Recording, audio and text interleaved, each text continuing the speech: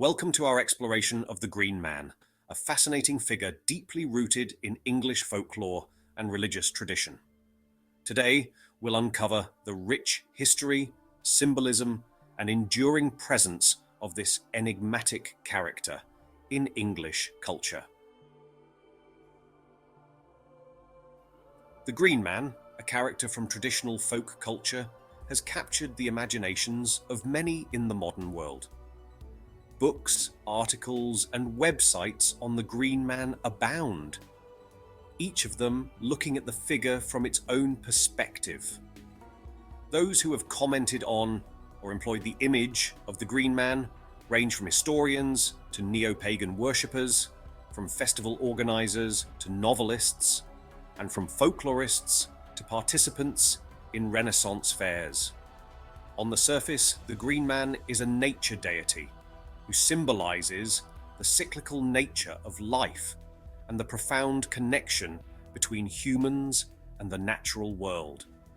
Through mythology, folklore, and pagan beliefs, the Green Man embodies the spiritual significance of nature and serves as a divine symbol of rebirth and renewal. But who exactly is the Green Man?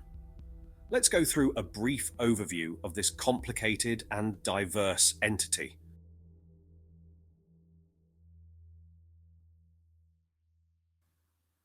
To understand the Green Man's significance, we need to consider the historical context of medieval England. In the 12th century, England was a land of great change. The Norman conquest had reshaped society, and Christianity was firmly established. Yet, traces of older pagan beliefs still lingered in the collective consciousness. It was in this climate of cultural transformation that the Green Man emerged, perhaps serving as a bridge between the old ways and the new Christian faith. Evidence for this crossover of religions could be assumed from the founding of Christian churches at the site of pagan sacred places. Foliate heads appeared in England during this time, deriving from those of France, and were especially popular in the Gothic architecture of the 13th to 15th centuries.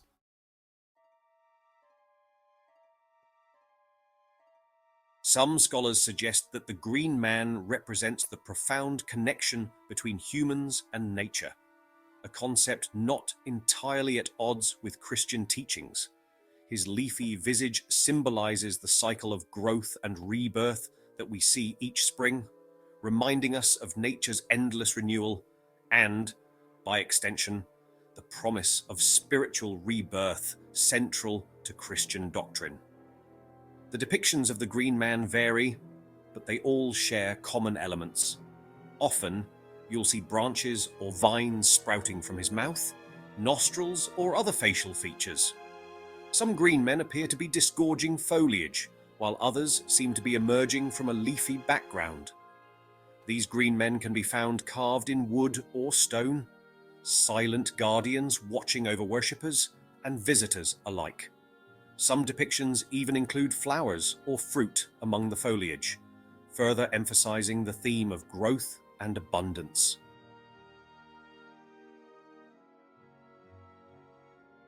Let's take a tour of some notable Green Man examples across Britain. In St. Mary's Church in Arundel, visitors can marvel at a stone Green Man who appears to be weeping leaves, a particularly evocative image. Carlisle Cathedral is home to numerous Green Man carvings, including one on a misericord, a small wooden shelf in the choir stalls. Another remarkable example can be found in Kilpeck Church in Herefordshire, where the Green Man keeps company with other intriguing carvings. And in the legendary Rosslyn Chapel in Scotland, a Green Man can be found among the intricate carvings on one of the chapel's pillars.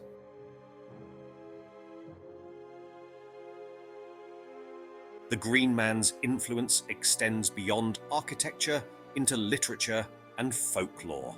One of the most famous literary appearances is in the 14th century poem Sir Gawain and the Green Knight. Here, the Green Knight is portrayed as a mysterious supernatural figure, embodying both the wild forces of nature and the chivalric ideals of the court. This dual nature, at once civilized and untamed, is a recurring theme in Greenman lore.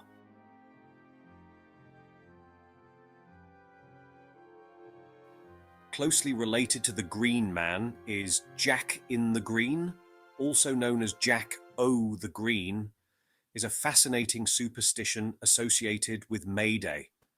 The Jack in the Green tradition has attracted the interest of folklorists and historians since the early 20th century. Lady Raglan, following an interpretive framework influenced by James Fraser and Margaret Murray, suggested that it was a survival of a pre-Christian fertility ritual. This English folk custom, associated with Spring Beltane celebrations, involves a person wearing a large, foliage-covered framework in processions. The Jack in the Green tradition emerged in the 18th century, evolving from an older custom where milkmaids would carry decorated milk pails in May Day parades. Interestingly, the Jack in the Green became particularly associated with chimney sweeps. These workers, whose profession left them covered in soot, may have embraced this verdant character as a symbol of renewal and cleansing. Although the tradition declined in the early 20th century, it has seen a revival in modern times. Today, Jack in the Green processions continue in various parts of England, keeping the spirit of the Green Man alive in a more literal, interactive form.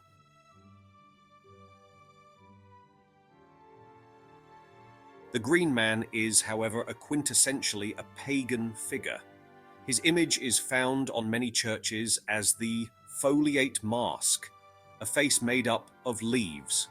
The Green Man is also embodied in the Green Knight of Arthurian legend.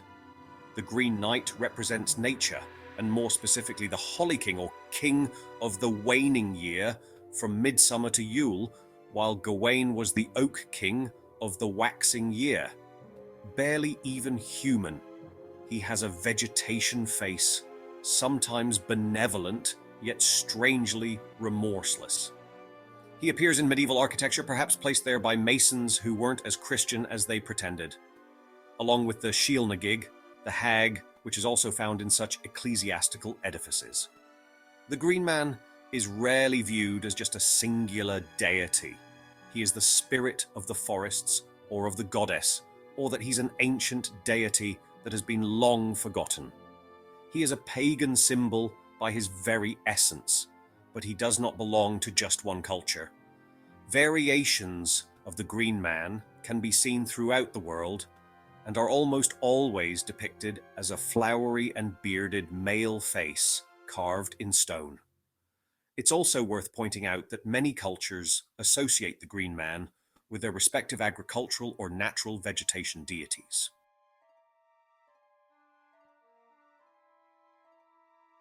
The actual term Green Man itself is relatively modern, coined by Lady Raglan in a 1939 article in the Folklore journal. This naming sparked renewed interest in these foliate faces, leading to extensive study and documentation of green men across England and beyond. The cultural significance of the Green Man extends far beyond mere decoration. He represents a profound connection to the natural world, embodying the spiritual significance of nature in both pagan and Christian contexts. In pagan interpretations, the Green Man is often seen as a nature deity, symbolizing the cyclical nature of life and the profound connection between humans and the natural world. In recent decades, the Green Man has found new relevance in environmental movements and modern pagan practices. He's seen as a powerful symbol of ecological awareness, reminding us of our dependence on and responsibility to the natural world. Artists, writers, and musicians continue to draw inspiration from the Green Man, reinterpreting his image for contemporary audiences.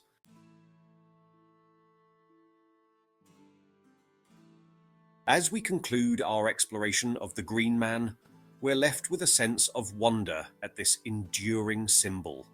From ancient stone carvings to modern-day May Day celebrations, from medieval poetry to contemporary environmental activism, the Greenman continues to captivate our imaginations. He stands as a testament to our deep-rooted connection to the natural world, inviting us to consider our place within it and the cyclical nature of existence itself. The Greenman's enduring presence in English culture speaks to our timeless fascination with nature and the cycles of life. Whether carved in stone, celebrated in spring festivals, or reimagined in contemporary art, he reminds us of the profound and eternal bond between humanity and the natural world that sustains us all. As we face the modern challenges of societal upheaval and detachment from nature, perhaps the wisdom embodied in the Greenman of renewal, interconnectedness, and respect for nature is more relevant than ever. Thank you for joining me on this journey through the leafy realm of the Greenman. If you enjoyed learning about the history, symbolism, and folklore associated with the Greenman, be sure to leave a like and subscribe to the channel. Click that notification bell so you don't miss any of my future videos exploring our heritage and traditions. I love reading your comments as well, so let me know what other topics you'd like me to cover. Until next time, thanks for watching and farewell.